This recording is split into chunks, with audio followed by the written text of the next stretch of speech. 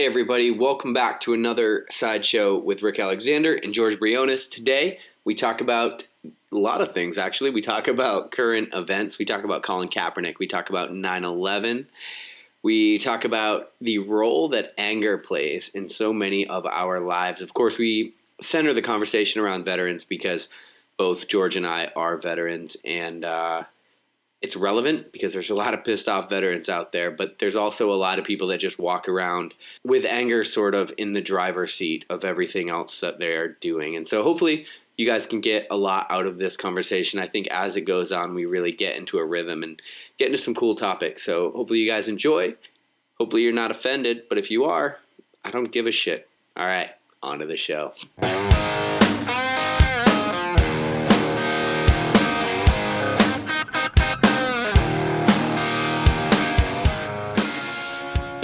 I don't know, man. I guess you could say when it comes down to the whole veteran thing, and I think a lot of veterans utilize this as like it was the military's fault why they're so angry. But realistically, like if you kind of go back into, as your childhood and like how you grew up and everything else like that, it kind of goes back to like, well, how were your behavioral traits then? Yeah. Because that's going to dictate how you are now when you get out of the military because of the experiences that you created, right? Like there's a bucket that we have, and let's go ahead and say like you had a rough childhood from the age of fucking 10 to 16, 17 years old. And then all of a sudden now, you go and join the military where you pretty much get told to turn off all your emotions and compassion towards fucking anything and everything. So you can go ahead and be this war fighter that, you need to be. And you just add that to your bucket, you know what I'm saying? And as a while, your bucket starts to fill up and it's like, all right, cool. Like there's a time and moment where that bucket gets fucking overfilled and like, what do you do to it? Right. And that's where we see, we start seeing trauma like to the brain happen, and that's the reason why we're starting to see probably kids now with so much more mental issues because of that fact compared to when we were kids where we didn't have social media. We didn't have this huge place where we can go and see nothing but negativity or positive environments, right? Like now, like I guarantee you, and I can say this, I know this for a fact, it's fucking harder being a kid now than it was when we were going to school. Mm-hmm. Yeah, I think so. I definitely, because first of all, as a kid, like when you put something on social media, you don't know. I mean, you're like figuring shit out in the world. You're figuring out how you feel about things. But it used to be you could figure that out and then you kind of grow into a different person. But now it gets put online and that shit's there forever. And then you get ridiculed and like bullied. And so like everything that you think gets sort of projected. And when you're young trying to figure it out, you don't know what to put on and what not to put on. And you're immature anyway. So you're going to say a bunch of stupid shit. You put that online and then, so like, and it'll follow you. Yeah, and I guess that's huge, man, because like, when we talk about the negative aspect of like way we see society today and then the positive aspect, right? It's like you either in the negative realm in the spotlight or you're in the positive spotlight, right? There's no real in between. And if you're in between, like it's one of those things where you get looked at funny. It's like, well, you just said this thing about this negative aspect, but you also said it's like, well, I'm actually a human being and my emotions and my brain are that way, right? There's nothing wrong with me coming, being in a negative spotlight due to something that really triggers something in my brain that makes me feel this way. But at the same time, though, like I look for positive outlets to go ahead and control and mitigate those negative spotlights that, kind of stand out here and there. Yeah. So I think that's what it's about, right? It's like trying to, energy matters. Like I'll granted I'm fucking way weirder than I used to be with all this hippie shit, but like your energy, man, I think I've said it before, but I don't think we do enough to protect our own energy. And so, like you try to stay in like positive headspace and then, and when you're constantly around people that aren't, when you're constantly around people that are like negative, that shit washes off on you. It'll bring you down and you'll get stuck there. That's 100% true, man. And I have to agree with you on that. And like kind of segueing off of that also too, it's like, as I get older, it's kind of funny, man. As I've gotten older, I've started to making my circle a lot smaller due to the factors of the energy, right? Yeah. Is the fact like that energy, I just don't have the time anymore to put negative energy towards anyone else. Like I have enough shit going on in my life that I'm already stressful with, plus everything else. Like, it's one of those things, man. It's like being an adult's not fucking easy. Let's be real here, right? Like when you pass the age of fucking 27, 28, shit starts to become real. Yeah. Right? You start being like, all right, cool. I'm no longer can use the excuse of me being a fucking young, dumb 20-year-old because I'm getting to reach my 30s and I have to provide not only security for myself, and if I have a family, I have to provide security. Or for example, we use you, right? Like, you're getting ready to get out of the military and you have to provide security for yourself so you can be able to do things. Like, that's fucking hard, right? So it's like, I don't want to put energy towards places that are going to go ahead and cause negative impacts on my life, right? Like, again, the input output, if I go ahead and put a negative, if I get negative input towards me because I'm trying to deal with somebody, it's going to be one of the biggest and the hardest problems about that, right? And it's like self-soothing at the same time, and it's fucking super shitty. Mm-hmm. Yeah, dude. So that's why I don't fuck with politics anymore. I don't fuck with, literally, I really don't. Like, I remember, because I was way into it at the beginning of the last election, and then one day I just, like, looked around, and I'm like, dude, fuck this. What is this doing for me? Like, it's literally, and you're not, here's the thing, you're not changing anybody's mind, ever. At all. No, you're not. You're not going to, especially online. And people are, like, they're looking at the world in a certain way. You're not going to change the way that they're looking at the world through some post or all you're doing is wasting your own energy. And so I sort of got to this point where I'm like, look, I'm trying to fucking do something in the world. Like, I'm trying to be somebody. I can't spend time looking at who the fuck is running for this election, or, you know what I mean? It's just like, it's detracting me. And then if you start talking about the big picture of that, like, this is something I really noticed. I read this article about, like, it's one of these kind of bullshit articles, like 5 things mentally tough people don't do. But one of the things it said was give away their power. And I thought about that, and I'm like, I consider myself to be mentally tough. I run ultras, military, all this stuff. And one post online can get me bent out of shape. How fucking mentally locked down are you? Not very, clearly. And so a lot of people that are listening to this are probably veterans, especially, that listen to me and you. And we talk about this thing. And that crowd gets so bent out of shape about politics and about Kaepernick and about all this bullshit. And it's like, you think you're mentally tough, then why the fuck are you getting bent out of shape about what some company runs as an ad? That's exactly right. So it's funny, and this is kind of the reason why I brought this whole thing up, is because, Perfect. We're going to piss a whole bunch of people off. We are going to piss a bunch of people off. But the thing is, though, is like, again, like, when I went into the whole idea of, like, so I posted on Facebook last week about the Colin Kaepernick commercial he did. Oh, you did? For Nike. All right. But I only posted it because of how fucking powerful the message was. Mm-hmm. I can give 2 shits less who's giving the message, who's fucking doing it. It could be a nobody, and it fucking would be a powerful message. It could be whoever. It could be Trump. It could be whoever. It could be Hillary. It could be anybody. Yeah. But on how it was presented with the visuals of, like, the athletes and the human beings that were putting into this and saying how powerful, and, like, go ahead and chase your dreams and believe that your dreams are bigger than what you think they could be. It's a good message. It was a very good message, right? It was very, very powerful, right? Like, and unfortunately, again, I posted on it and said, putting all politics aside, and what I should have put was putting all politics and racial situations aside, because realistically, that's really what it comes down to. It's not a politic thing, right? It's more of a fucking racial approach for things, right? Let's be real here. Why did Colin Kaepernick, and this is my opinion again, and I don't get into politics, but, like, he took a knee because he felt that he wasn't being supported in the black communities and all this whatever else. To each their own, right? Like, me and you and everyone listening to this podcast and those veterans out there, again, have done something to be able to give that freedom to the Americans today. So watching him do that, cool, bro. Go fucking do it, man. Like, I get it. Was it the smart way to do it? Probably not. Was there another way to do it? Probably not. But at the same time, though, he's living by what he believes in, right? And, like, if that's what he believes in, supporting those kinds of people, then fucking let him be it. Like, I don't go there and talk shit to someone who's supporting gay marriage. Like, I support that. I'm going to support anything that's going to make someone feel positive in that realm. Yeah, and right? I mean, this, what I tell people is, like, I hate to tell you, but that's why you deploy, bro. That's why you deployed, for freedom, like, to protect these freedoms, and that's fucking one of them. And you don't have to agree with it. You can think he's a shithead, like, all you want. But you literally deployed to protect that freedom. Exactly. And so to try to, like, stifle that is like, what are you doing? Exactly, dude. And I'm telling one of the same thing too. And I had a buddy post about this. Was about the 9/11 thing, right? All of a sudden last week we saw America against this one human being about fucking taking a knee and everything else like that. And again, like I said, do I support that? It's whatever, right? Like, it's his own decision to do whatever else. He ruined his own career. He did his own thing, and obviously, like, he's things work out, right?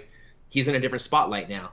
So when we go ahead and look at it, then all of a sudden, like people, like we see America talking shit about this kid or whatever else, and all of a sudden 9/11 happens this week, and then all of a sudden now everyone's like forgot about that, and then we're here. Mm-hmm. And it's just one of those things where it's just like, why are we so busy worrying about the small things when we should just be worrying about ourselves and putting energy in a positive realm, right? Like if you go ahead and look on social media today, again, because social media is the newspaper. Let's just be real here. Yeah. Right? Like, let's be real here. Like back in the day, we would go and read a newspaper, or your grandparents would read a newspaper from fucking front to back, and that's how they got what was going on in the world.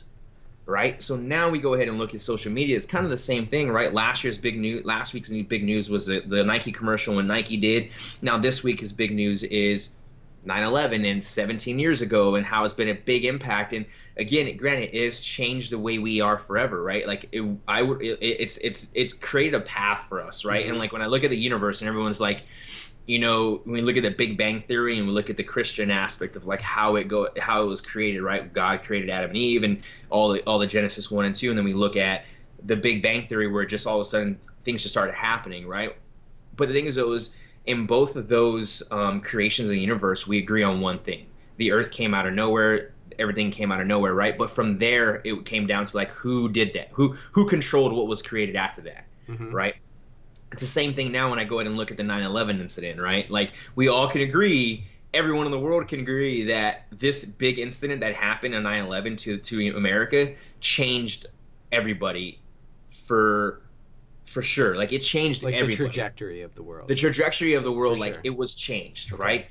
Like Americans, like we came to get closer together, right? Well, we probably would not. A lot of people who are in the military now probably wouldn't have gone in the military. A lot of guys that are not with us anymore probably could be still with us if they went a different route instead of that happening, right? We go ahead and look at the war, Iraq and Afghanistan and all those foreign countries. Like a lot of these things wouldn't be happening if it wasn't for that very day. Yeah. So I think as a human being, everyone can agree to that. That is a big staple in our life, right? So it's like, why don't we utilize that, continue moving forward, and everyone's so positive about it now, and everyone's positive about it, you know? Even then, I mean, it did bring the country together. It did. You know, Right? Republicans, Democrats, everybody was American on that day. Yeah, so it's like putting politics aside and religious aside and all those things, right? I remember those are three things don't talk about: politics, religion, and what is it, money? Yeah. Money. You know, like avoid talking about those. And unfortunately, like, are we going to talk about those things on podcasts? Yeah. Why? Because that's just what we do. Like, that's just part of us just speaking. Again, do I want to sit here and have a debate with somebody about politics or religion? No. Like, that's your own worldview. It's my own worldview, right? And like, our worldview was molded out of a bucket that we have had since we were grown, and just some experiences filling it up, right? And we're just molding our own worldview. Can I be open to other people and everything else like that? Yeah, and I think that's the reason why social media is so great nowadays, because if you do go into social media with an open mindset, again, open mindset and a growth mindset, not a close and fix, there could be a lot of positive energy out of that and being like, wow, I never thought about it that way, you know? Yeah. Like, that's why, like, put yourself in people's shoes who are seeing that Kaepernick did something really good and powerful. Okay, put yourself in their shoes, right? And go ahead and look at it that realm. It's like, okay, cool, I can see where that's coming from. Do I, like, okay, cool. And then put yourself in the shoes of people who are super pissed about him taking a knee and doing those things, or just politics in general. Like, it can be Trump, it could be whatever you want to think about. Just putting yourself on both sides of those things and being open to it. Doesn't mean you have to agree, no, but if you're just open to it, guess how your energy changes throughout your time period, through that week, month, and year. You've now just created a positive aspect in your life to where your energy that you put out is no longer negative, right? Like, I'm pretty sure everyone, like, and that's the reason why we're able to talk about this now, because at the end of the day, everyone knows that we're not trying to have a negative argument here. We're trying to have a positive outlook on everything in front of us. And I think that shows growth for the human being. Yeah, I think so. Like, to unpack some of the stuff that you just said, I think that, first of all, are you familiar with the alchemists back in the day? So alchemists used to go around from town to town, and they would say, I'm going to turn, I have the formula to turn fucking metal into gold. And then they would take all the money from the townspeople in order to do that, and they would keep being like, I need a little more money, I need a little more time. And they would keep that going for a certain amount of time, and then eventually they would be like, okay, they would fucking skip town, and they would go do the same thing on the next town, and all those people would be asked out of their money and their time because they were putting their hope for riches in the future into this fucking snake oil salesman. And that's exactly what every single person in the United States does every fucking election. We take all of our energy, all of our time, and we're like, oh, this person's gonna fix it, this person's gonna fix the country. And so then they give them all their money and all their time, and they fucking give them all their mental bandwidth on social media now. And then eventually the election's over, nothing fucking changes, everything goes back to exactly how it is, and then the media will give you something else to be outraged about. So if you're trying to do something in the world, like real, then you don't have the mental bandwidth and the time to be focusing on all this stupid shit. That's point one for me. I mean, and realistically, right, that's exactly what it is. And we go ahead and look at like the election, and people say whatever else. Like, for instance, I just saw modern day alchemy. It's all it is, right? And for instance, like, I just saw, who was it? Oscar De La Hoya is talking about trying to run for president in 2020. Sure. Like, cool, bro. Like, go for it. Like, that's insane, right? But to know that we're able to support that and people can support him to do that, it's just another approach to what you just mentioned now. Yeah. Yeah. So, all right. So that's point one. Point two, people getting outraged about people kneeling during the national anthem. If you got half as outraged about the over 7,000 veterans that fucking kill themselves every year, then I would believe that the country actually supported the troops. That's point number two. And then point number three is when we started talking about September 11th, I had an interesting thought. And you're talking about, so when September 11th happened, it changed the fundamental trajectory of the world from there on out. Yeah. So this is something that really interests me because I thought about it, and everybody knows exactly what they were doing on September 11th, if you were alive. Yep. So, like, the younger generation, to them, it's kind of like Pearl Harbor. It's something that happened in the history. But for us, for our generation, like, we remember where we were in school or what we were doing when we were at work or all these different things. Like, I remember I was sitting in algebra class, and I remember going home early for the day and not necessarily knowing all of a sudden I didn't know the stability of the world. When everything felt safe, all of a sudden I didn't. But I did know one thing for sure, and that was that my future would include the military. And I think that was the same thing for a shitload of people in our generation. Like, and there were tons of people that had just gotten out of the military that, like, came right back in.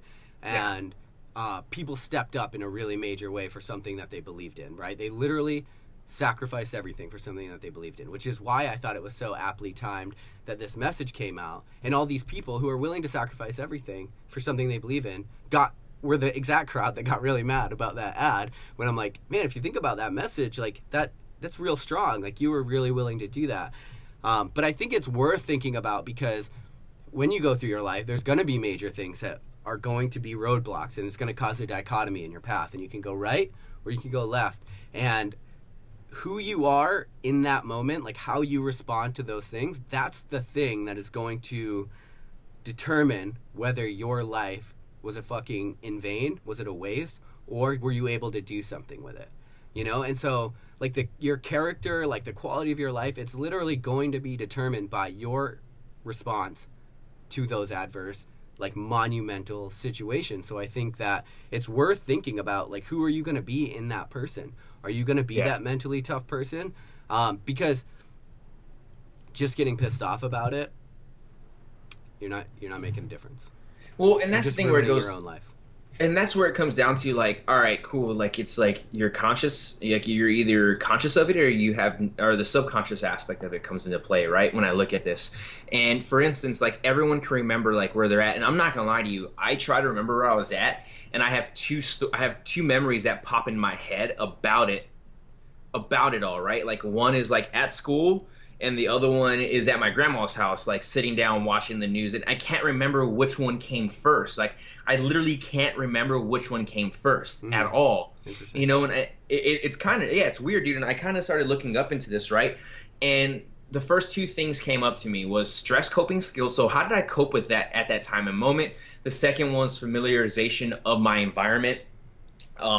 So when I break those two down, stress coping skills will be my conscious aspect, right? All right, I'm conscious of what I'm doing. Familiarization of the environment that I'm in is going to be subconsciously, right? We'll go ahead and kick in and be there. So when I go ahead and look at the stress coping skills, I remember that I can tell you this. I remember, like, my grandparents and, like, being at their home was a very good safe place for me. I felt comfortable, whatever else. And then when I knew I was at school when it did happen. So it's one of those things where I look and be like, all right, where was I at, like, at the time moment? Oh, I remember I was getting dropped off from school at 7:30 in the morning, Texas time, and walking in eating a fucking churro burrito that they give us there with jelly. That's the bomb fried one, right? And like, all of a sudden I see like teachers crying, and I'm like, oh, okay. All of a sudden now, like, I'm in an environment that I'm not completely like comfortable being in, like that vulnerable, to where it was like, okay, what am I supposed to do here? Going to class, seeing everyone crying about it, and then getting sent home early, right? And then from there, all of a sudden, the coping skills of me being able to be like relaxed and finally be able to take it all in was sitting at my grandparents' kitchen table watching on TV and finally realizing like what's going on.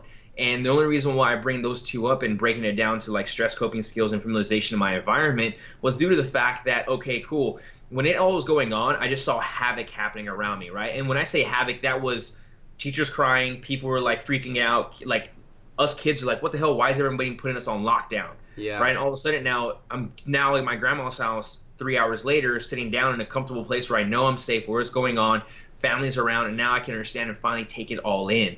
So I really think that the reason why a lot of people are able to remember like 17 years ago is because they were in a place that was super familiar to them, that they were able to digest what was going on. At the same time, though, that stress coping skills put them in a high alert, which now was a imprint into their memory that they will never forget. Because again, at that time and moment, there was probably thoughts going, like you mentioned, thoughts going through people's heads like, okay, I'm angry, I want to go and fight for our country and do all those things. I'm not gonna lie to you, like I didn't think to myself like, oh, I want to go join the military because of this happened. I had no idea. Like it was just like, well, all right, like I had no idea, like realistically, like what was really going on. Right. You know what I'm saying? It was just one of those things where I just saw people around me like stressed out and going on, and it was just like, okay, cool, how do I handle this? Well, let me figure out what the hell's going on first so I can have a better understanding and I can cope with it then. Right? But putting myself into a familiarization, like, or putting myself into a familiar environment where I can do that was huge. Where right? you can figure things out, you mean? Yeah, where I can figure things out, right? And it's like, it's the same thing when I go ahead and look at, you know, let's for example, let's use we'll use ultra running or ultra running for example, right? We have so many different variables when it comes down to racing, right? It's just one of those things where how are you going to handle those variables as they come towards you, right? You have to be ready as much as possible, right? So one, learning how to have stress coping skills when things happen, right?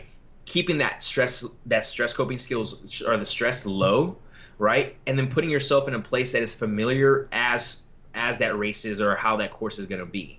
Putting yourself in there so you're able to visualize and learn how to manage your stress so you have the coping skills to go ahead and manage it from there. And then from there, as I'm doing that, I now can increase my fitness, right? Because now I don't have this unknown of like, well, what if I go too hard here? What if I go too slow here? What if, like, those kinds of things? You got to go ahead and look at it that way. And then from that example, we go ahead and look at like pacing, right? Like, okay, cool, I know where I need to pace at so I can handle these different environments while I'm in the course. It's the same thing in life, right? When I look at that, right, it's like, okay, cool. When I take that from ultra endurance and ultra running, I go ahead and bring those four things into my life. And I can break down now the stress coping skills, which is my conscious aspect, right? If I know how to handle stress and have the coping skills to handle different types of stress, I'm going to be that much more resilient at the end of the day. And then from there, I go ahead and look at, okay, I want to be as familiar as possible with environments that I put myself in. Well, what are the environments that you're going to be putting yourself in for the next month, week, or 4 weeks, or however you want along? Well, then we can set ourselves up so that subconsciously we know how to handle this internally so we're not stressing ourselves out too much. And then at the same time, then, okay, when we look at like fitness or specific, like, you know, specificity, when we look at that realm, it's okay, cool. Like, what is my main objective for the next 4 weeks or 2 months that I'm going to be focusing on so I can familiarize myself in that environment and have the coping skills to manage everything in my life? And then from there, it brings it full circle. How do I pace my energy now to put myself in all those places to continue moving up that mountain instead of coming back or stalling? Yeah. And that's what I think a lot of people are missing. Yeah, I think so too. I think, yeah, that's a good point. Like, once you get in this sort of when you find yourself in a situation that's sort of unknown, like you have to grapple with it, then you always have to try to figure out, well, what can you control first, right? Like, what are the things that you know that you can handle right now? And then you just sort of keep expanding out from there until you have a handle on the entire situation and you can get situational awareness.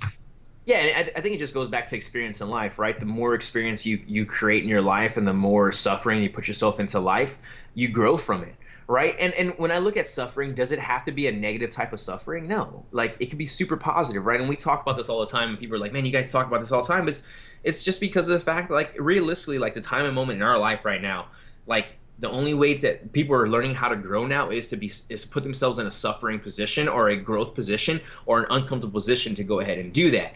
For example, us talking about the Colin Kaepernick thing and the kneeling and the commercial and that stuff, that makes a lot of people uncomfortable because they're, one, not educated behind it. Two, they're just super angry and they drive their responses and how they think by pure emotions and not by a approach of looking at it as a 13,000 foot view and looking at it a 1,300 foot view. And now we're screwed up from it, right? So it's like, how do we go ahead and mitigate our energies to where, you know, from last week, everyone's energy was negative, and then this week, everyone's energy now is positive, right? It's like, man, think about if we can actually have the world to be in a better place if we were able to manage those energies the right way, and you dictate as the human being on where your energy goes to go ahead and create something that is powerful and very positive for you, but also the people that you're around, right? Like, again, last week when everyone was trying to be negative, I posted something positive because I really thought that, like, even though, you know, I only had one person comment their opinion on it. Everyone else that commented on it was all like, hell yeah, that's awesome. Good way to look at it. It was like 70 something likes on Facebook with like 7 shares. Like, that's pretty big for Facebook, right? Like, yeah. And I had one person on there comment their opinion on how they didn't appreciate the video or who it was doing it. When I didn't ask for no one's opinion, and I even came back very positive and was like, look, I'm just asking for this and this and that. That's your character. Here's my character. Here's my worldview, and that's your worldview. We're not perfect, to each their own, but I'm just trying to have a positive outlook on this, not something negative. Mm-hmm. You know, and when you put that out there, people are like, oh, shit. Oh, yeah, you're right. Right? When you call them out and being a negative asshole, they were like, oh. Yeah, right. You know what I'm saying? So I think that if we can learn how to manage that energy, without a doubt, we'll go and see positive in the way we need to go ahead and move forward. I think a lot of it comes down to really, like, if you might not be taking on anything big enough if you have that much time to be mad about an ad. I mean, like, really, like, I mean, I get it. Like, you can disapprove and whatever, but like, if it's actually taking up like part of you, like if it's got a piece of your mind, if there's real estate in your mind that's taken up by what some company runs as an ad, like, man, you might need to take on some bigger shit in your life. You might need to create some bigger problems for yourself. Yeah, exactly. Like, if you have that much time to sit there and complain about someone else's like thing, like, cool, like, man, I feel sorry for you. And realistically, that's kind of what I think about that, right? Is like, I don't have time to sit here and worry about politics or try and argue politics or argue religion or talk about money, because realistically, like, those 3 things are not huge things in my, like, is religion and faith a big part of my life? Yes, but like, when I come and talk about, like, in general, like, it's not a conversation I want to have with people. Why? Because I exactly know what's going to happen. Yeah, right. I mean, that's the same thing you talk about suffering. It's like, we live in a world now where there is no suffering. Like, I mean, not that there is no suffering. There's a lot of suffering. But in our Western culture, just going through your life, we're largely sheltered from suffering, right? Like, it was something that we had to do. We had to forge our way to the top of the food chain. We had to, like, fight our way to get to where we are now. But now, like, your survival thing is pretty much on lock. Like, if you're in America, like, we're not going to probably let you die. We're not going to let you starve to death. You know what I mean? Like, for the most part, like, we're not having to get uncomfortable to get food anymore. We're not having to get uncomfortable for shelter. That's what I mean. And so that's why I think all of a sudden now you have this huge outcry. People are like, wait, I want to suffer. And that's why you have Tough Mudders are huge now. That's why CrossFit is huge now. It's like, all of these things, they go again, they're very counterculture. Like, it doesn't make sense. You know, that's, I mean, what a lot of my book was about. It's like, doesn't make sense, though, when you have a couch and Netflix and you can order Amazon Prime and you can order food with a push on your button. It doesn't make sense to be like, well, I want to go out and get my shit kicked in and be muddy and bloody and just work hard all day. It's like, why? It's because we fucking, our character needs suffering in order to feel whole now. Yeah, when we break down, and that's a huge thing, man. And I think that's we we are very comfortable with where we are today in our life, right? A lot of people are very comfortable, and I've talked about this, right? Because like, and I'll use the military. I had this conversation with Jeremiah actually when we were up at Big Bear, and we talked about this, right? When we go ahead and look at the military can set you up for success in a very, very strong way. When we go ahead and look at business, if you're smart about how you manage your money and how you manage, all those things and keep your credit really well, you can. Well, the great thing about that, it also provides suffering in there because, one, you do have to leave your family to go ahead and go to deployments. And we go ahead and look back at like our Rome when we go and look at like the times in Rome where people were taking off and the Spartans were taking off to go fight wars. They were with their family. They were comfortable. They were making a living. But when it was time to go to war, it was time to go to war. Kids and everything else. Hey, I love you. Bye bye bye, and then take off, right? And then come back. The same way I look at the military too is the idea of like, well, they give us everything we need, right? Like it's our kingdom. We go ahead, have a roof over our head. We have Medicaid. We have we have all these things. We have a paycheck every first, second of the month. We're very good. We have a rank system where you build to go ahead and get yourself higher into the business realm, right? If you go and take that to the business realm, you work your way up. But at the same time, though, now you provide suffering, right? There's always going to be some kind of PT session that's going to put you in your place. There's always going to be some kind of deployment to put yourself, and then you're also going to suffer losses, right? So it sets you up for a very well open mindset and growth mindset to really see how the world can be a better place if you put yourself in those positions. Now, granted, can you move that from the military and put into your everyday business, blue-collar type person? Yes, right? It's okay to work an 8-to-5 job, but it's not okay to work an 8-to-5 job and that's all you do, come home, sit down on the couch, watch TV, whatever else, because that's where we start seeing problems. And that's where we start seeing mental health problems, going back to the whole suicide thing, right? Why are we seeing so many people now do that? It's because of the fact that we do get comfortable, right? And those who think that they do need help, or those that say they need help, or those that are putting out these ideas like, oh, look at me, are taken away from those who are truly, truly suffering because of the fact they're not able to go and find the suffering or put themselves out there because other people are taking it from them.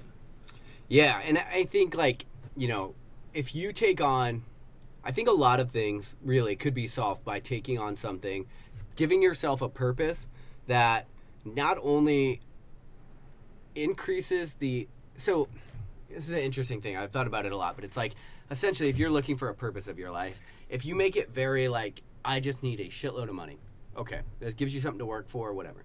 But if you make your purpose rooted in helping somebody else, so if you make your purpose rooted in making the world a better place, and you actually suffer in order to lessen the suffering of somebody else, I think that's like where the magic is. I think if you can figure out a purpose to do that, like if you can figure out how to get that built into your life, it's going to solve a lot of fucking problems. Like, you're not going to have the bandwidth to care about a lot of current stuff. Like, I literally do not watch the media. I don't care if people do, but it's like sometimes I forget that people do. And I'll talk to my family back home or something, and they're like going on about who did this and what Trump said and what they didn't say, and I'm just like, holy fuck, dude, this is your world, huh? Like, this is the stuff you care about? Like, damn, I just, you forget, It's like, I got shit going on. I'm trying to do something. Well, what's funny, man, is like I have like my morning. It's like, we all have morning routines, and my morning routine lately has been coming in and just having coffee and sitting and watching the news. Just because just to watch the news to see how it is. And dude, one thing I've noticed the pattern is just how much shitty people are out there in the world from the news, and I'm like, man, this makes me feel like shit. Like, why are people like this, right? And like lately, it's the whole hurricane thing that I've been watching. It's really like why I've been watching the news more the past week and a half, is just because this whole hurricane thing, dude, is like super fascinating to me, man. It's like, this thing is massive, and like, why is it so big? Like, is this the perfect storm? And like, all these crazy things, that's just the nerd in me, right? Like trying to like dig that deep. But it comes back to it all, man. We bring it full circle. One thing that we used to tell each other, I used to tell my students at the schoolhouse, was take care of the guy to the left and right of you, and I guarantee you'd be taken care of.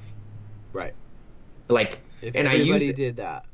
If everyone took care of the guy to the left and right of them, or the woman left and right of them, think about like how this would be even more, right? Like, for instance, like me and you, like last week, like when my buddy passed away again, had another buddy pass away to suicide. You reached out, like, hey bro, how's everything going, right? Like, boom, and I was able to vent to you, and and we're good, right? Like, felt better, right? Same thing with you. Like, you've been on your lows before, where I've reached out, like, hey, what's going on, man? I've even done it to other buddies. Like, if we just continue doing that left and right, for taking care of the guys to the left and right of us, And again, the reason why I left and right is because we're never, no matter how experienced you are, no matter how popular you are, no matter how many followers you have on fucking Instagram, no matter who you are, if you look at yourself and put yourself to the left and right of someone, always beside someone, you're going to go ahead and see that your energy of positivity is going to go ahead and go 10 times further than you thinking you being in front of somebody.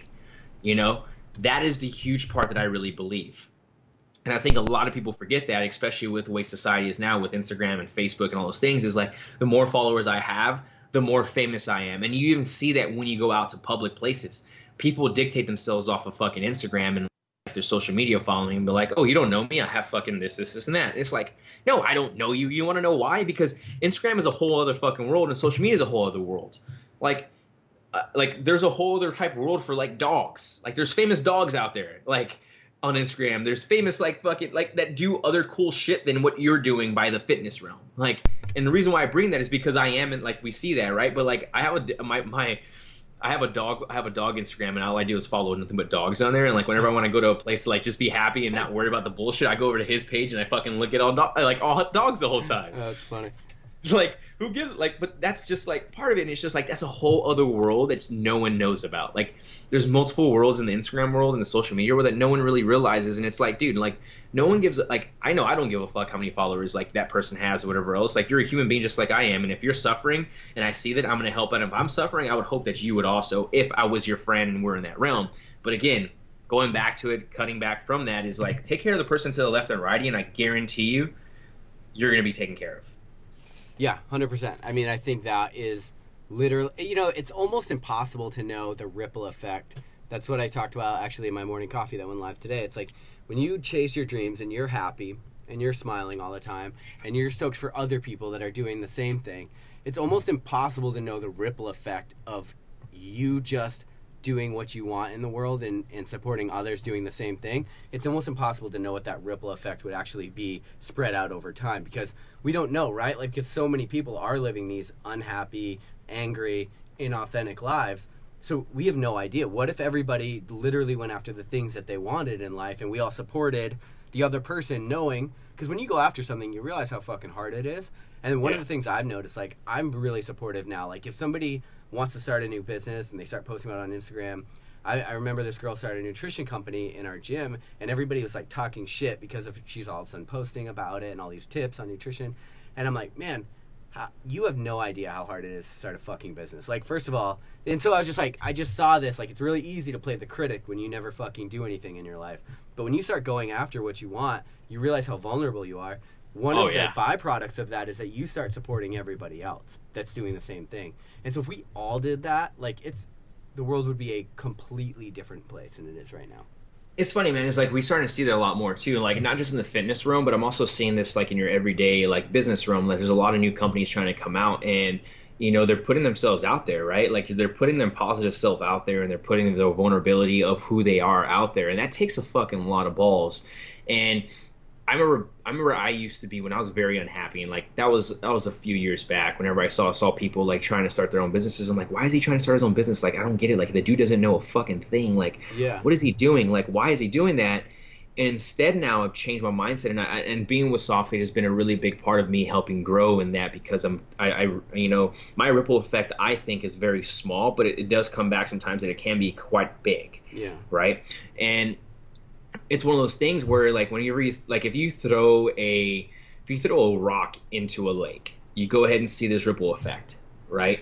And it kind of just disperses out, and there's no real huge effect on the other side of the lake, right? But if I was to go ahead and do a skipping stone across the lake, I now get to create multiple ripples down that lake to where hopefully I can make some kind of ripple at the back end of that lake, no matter how big it is. And that's kind of how I look at it now, is like, all right, cool. How can I go ahead and skip this stone to make multiple ripple effects in a positive realm instead of just one way, right? And I think a lot of people miss that. I think a lot of people miss by being as positive as possible, supporting everyone in their goals. I think so, you know, for example, like we're hosting a seminar up at Rise Fitness Adventure down in Delaware, and it was supposed to be myself and Chris going down.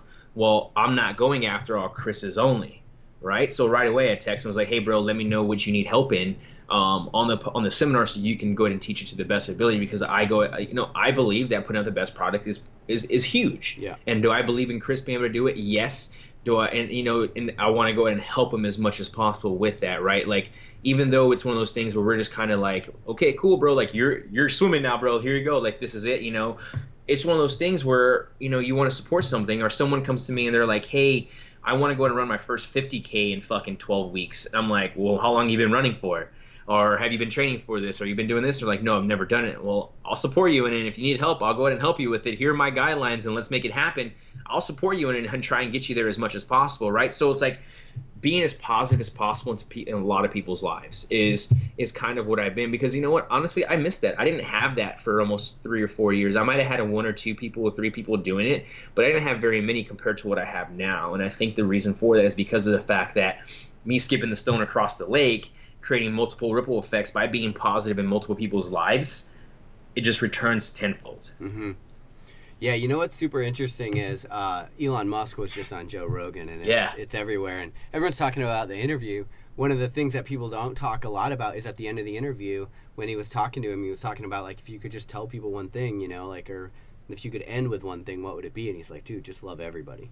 Yeah. Just support everybody. And I think the reason, and that's sort of profound coming from this, like, billionaire who owns, like, 5, multi-million-dollar businesses, whatever, co-founder of PayPal, all these things. He's done a ton of shit and is doing a ton of shit. Yeah, he's a very smart individual. Yeah, very. But he has a quote a long time ago that people don't ever think about with him. And they were like, what is it like to start a business? And he's like, well, it's kind of like staring out into an abyss and just chewing on glass. That's what he said, because it's fucking really hard. He gets it. He gets how hard it is. So I thought that, like, that's one thing that I thought was super interesting. It's like, because you look back and it's like, this is somebody who knows how hard it is. Like, even though his intellect is, like, off of the chains, his IQ is way up there, and that's why he's able to accomplish all these crazy things, he also understands, like, how important it is to just literally, like, his engineering mind still gets how important it is to just love everybody. And I thought, man, nobody's really talking about that, and that's really interesting because it's pretty profound coming from somebody with such an analytical background. Yeah, and again, like, it's funny, man. It's their saying out there, right? Like, no one remembers the good you did; they only remember the bad you did. Yeah, like, that's the truth, right? And like, when we go and look at Elon Musk, and we go and look, what's the first thing that everyone, like, I want to do this to everyone. What's the first thing that pops into everyone's head right now when they think about Elon Musk and Joe Rogan? Him smoking a fucking joint. Weed, yeah. Smoking a joint. Well, unfortunately, guys, if you guys didn't know, he did prior to that. Because I looked into research into it, and I did this because I was like, why is everyone fucking talking shit on this dude for smoking marijuana? Like, were they talking on the shit Joe on it? People were just like, oh, like, because his stocks went down. Did you hear about that? No.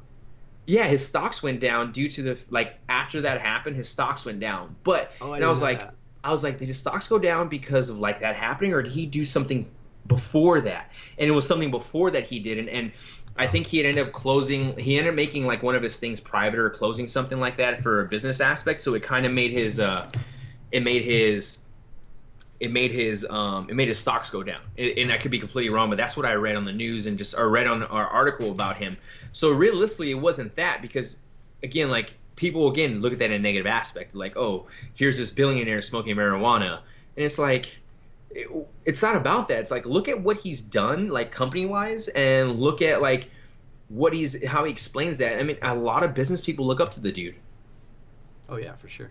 Like, the dude's a fucking billionaire, and he's doing really well by it, right? Like, and look at how he's dressed. Like, look how he acts, and like.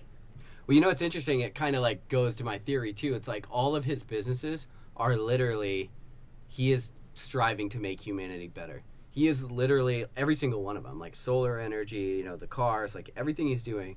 I mean, there's some self-interest in it, of course, but yeah, it's always. Still the global impact of all of his businesses are to increase the prosperity of humanity. And so that's kind of what I mean. It's like, okay, so he literally is suffering for a cause to lessen the suffering of other people. And so, like, that sort of just fits in my theory of, like, if you can figure out how to make that part of your purpose, you can do some really cool things in this life. Yeah, and that's huge, man. And I think that goes back to the whole, like, hey,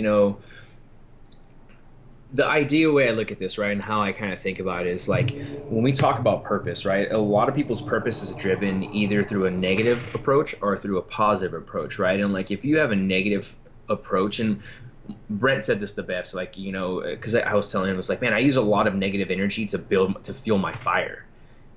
Like that's what I do, right? Like I use people's negative energy to fuel my fire to get me into places to keep moving, right? And he was like, no, man, he's like, he told me, he was like, no, that for me, dude, just doesn't work for me. Like I have to use positive energy to fuel my fire, you know? And that kind of went to the idea, I was like, man. And when I started thinking about that, I was like, I'm gonna start doing that, and I started utilizing like positive aspects to fuel my fire, and the outcome has been unreal. Like the way I look at life and the way I experience it now has been awesome. Because again, when I was very angry, I used to use negative energy to fuel my fire. And like, granted, is there times when I need to go ahead and use negative energy to fuel my fire to go ahead and fucking get me through something really, really deep? Yes, but it's like saving that sniper round for just like one or two shots when you need it, right? Like I'm only gonna use it for this time and moment when I need it. Yeah. Compared to where it used to be my yeah, dude, it's like where I just want to go ahead and use it. And that goes back to the whole idea of being able to pace your life out. Pace out the energy that you put places. Is there wrong to be negative? No. But use that negative energy at times that when you really, really need it to where it still ends up being a positive outcome on the back end. Right, is the way I look at that, right? And I don't know, man. It's just the way I look at it, I guess, is I'm getting older, and everyone can say that I'm not getting older. I'm only 30, but as I'm getting older, I feel like I'm fucking 40 years old. But you know, it's one of those things where it's just like my identity, my purpose of really what I'm trying to figure out is like, okay, save a few of these negative like bullets that I have for when I truly needed to get me out of places that I'm really fucked up. Yeah. I mean, anger, hate, like these things will get you to a point. They can be good motivators. You put a chip on your shoulder, you know, but I think your point is the best one. It's like, sure, use these things, leverage them to get you through a time. But if you just walk around angry, pissed off all the time, you're really like, not only are you kind of limiting, I think, your capabilities, but you're decreasing the quality of your own life. Like, yeah, you know, because anger, man, it like takes up some part of you. It like takes up, you know, a space, let's say, in your heart where other shit can't go. And so as long as you let that anger like be seated somewhere within you, and you don't just use it to kind of leverage, you know, because I do that too. In a tough workout, I'll call myself a pussy. Like I'll get pissed, and it's like I use that as like a let me get through this. But compared to where it used to just be my entire life, it's like it really decreases the quality of your life. And I think, and not to get too much into training or like how we look at it, like, but the physiological response from stress, from external and internal stress, it's crazy, man. It's like the brain takes a toll, right? The brain only can handle how much stress we get. And one thing that no one really realizes is that, like, you know, when people talk about injury, right? When we talk about someone who's hurt, we always don't go to the main aspect. We go and look at the either above the river or below the river, right? We try and figure that out. Well, unfortunately, guys, like, your brain can only go one way when you have stress and it's overloaded. It only goes down the body, right? It only goes down, right? So when we go ahead and break this down, and when you start having overstress syndromes and you start causing more stress to the brain, you start seeing these problems of lack of stress. We start seeing these things of, you know, weight gain, and you start feeling unhealthy, and you start looking at yourself in the mirror and you're like, man, I feel like complete shit and I look like complete shit.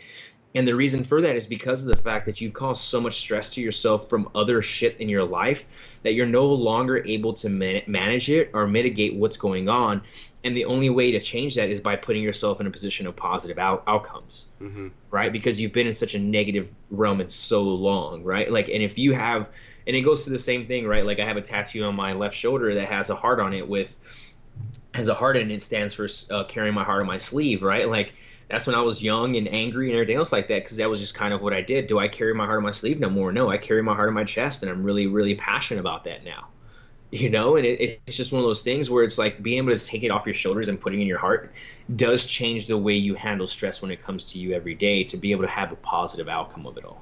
Yeah, and it's sort of counterintuitive too. You know, we look at people that are really angry about you know, normal, just shit that pops up, like the kneeling for the national anthem, you know, all this stuff. People get really mad about it.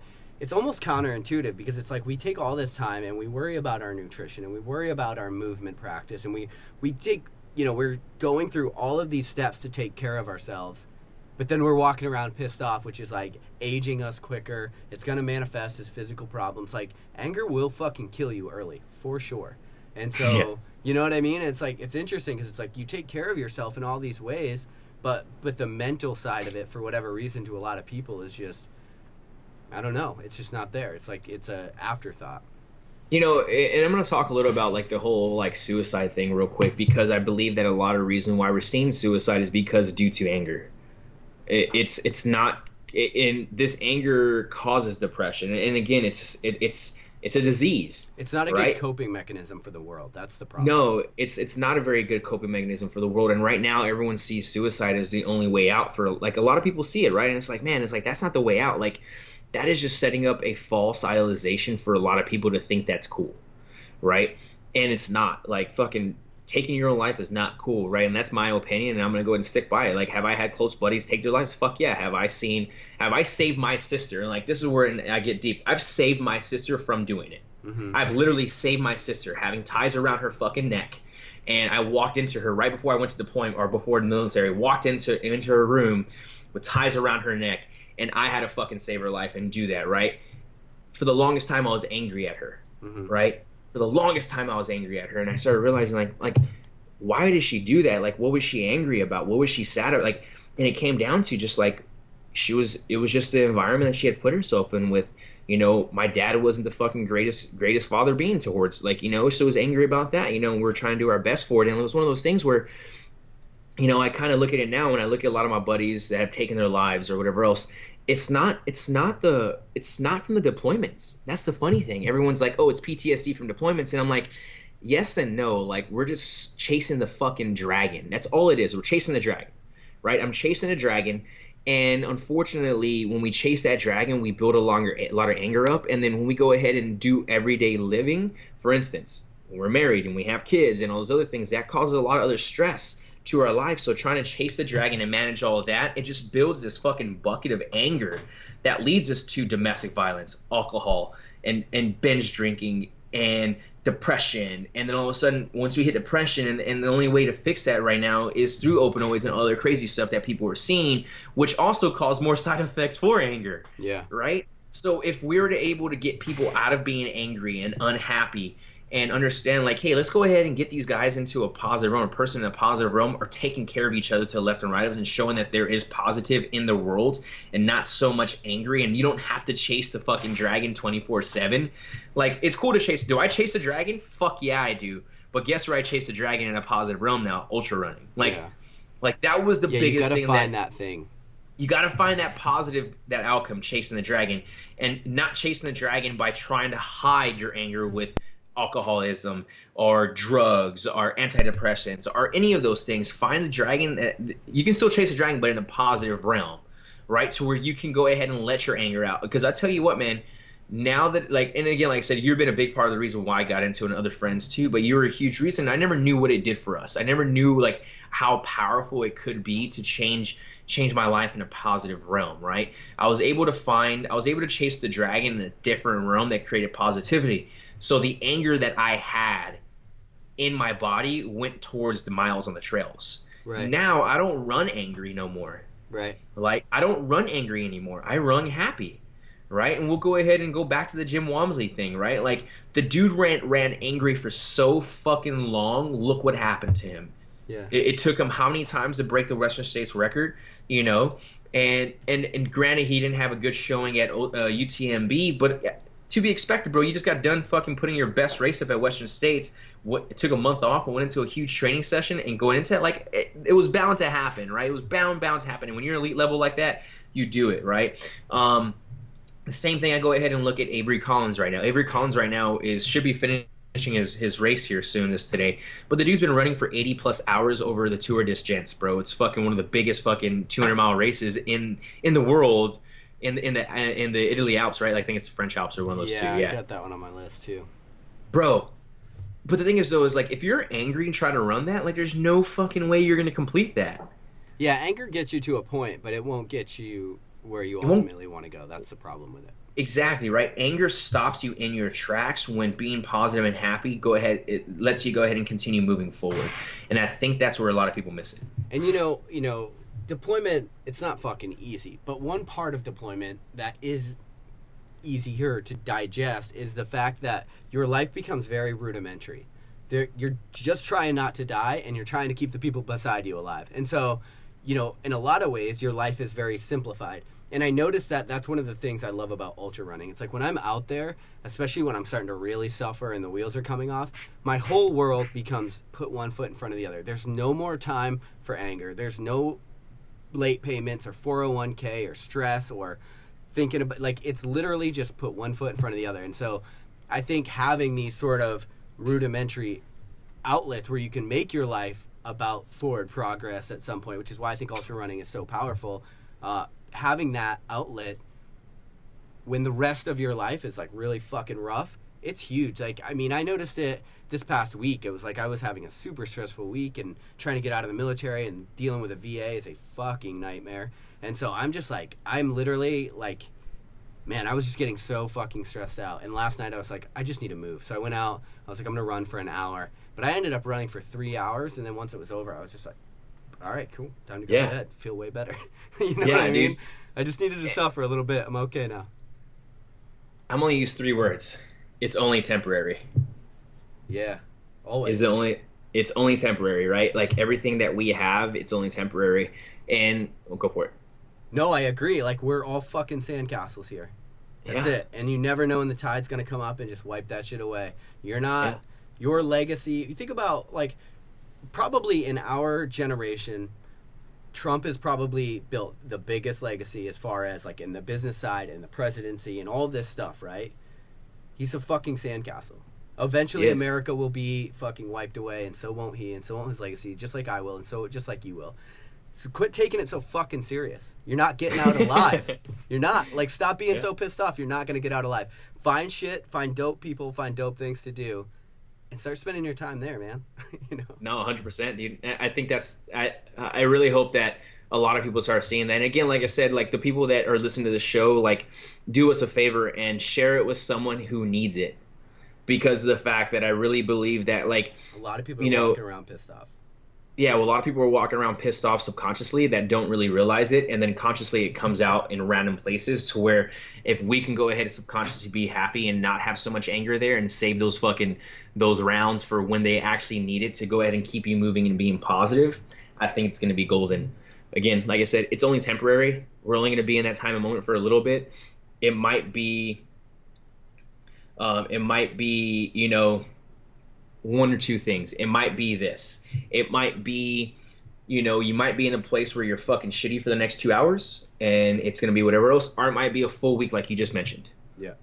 But it's only temporary. And know that it comes full circle and it's going to come right back to you again, right? That's just how it is. And that's just what life brings to you. And again, I like the sandcastle approach because it does. It gets washed away, and guess what you get to do again? You get to build it back up. But the cool thing about that is, though, when that sandcastle gets washed away, guess what stays, though? Your foundation. And if you can hone in on those foundations and those things, I think that's really key. Yeah, I agree. Stop being nice, so mad, guys. bro. Stop being so mad, bro. Put some energy in the positive realm, not negative. All right. Thanks for listening, guys. Thanks, guys. Thanks for listening to LionHeart Radio. I hope that the information from today's show will make you fitter, happier, and healthier. For the show notes of this episode and every episode, head to www.lionheartrad.io. Yep, just like LionHeart Radio. And please, if you have the time, head over to iTunes and give us a 5-star rating. It really helps us to know that we're on the right track and delivering you reliable information and value. As always, feedback is welcomed. If you have any comments on the show or would like to suggest a guest, send me an email at rick@luavive.com. That's LUAVIVE.com. Thanks for your support, and we will see you next time. Bitch, I feel good. Don't I look stupendous? My shine is so endless, and shit you can do to end this. Even when I'm dead, niggas still gon' bump that chip shit. Coke, white, Escalade on cinches for you dipshit. So you won't forget this. Midwest nigga be the coldest. Cleveland is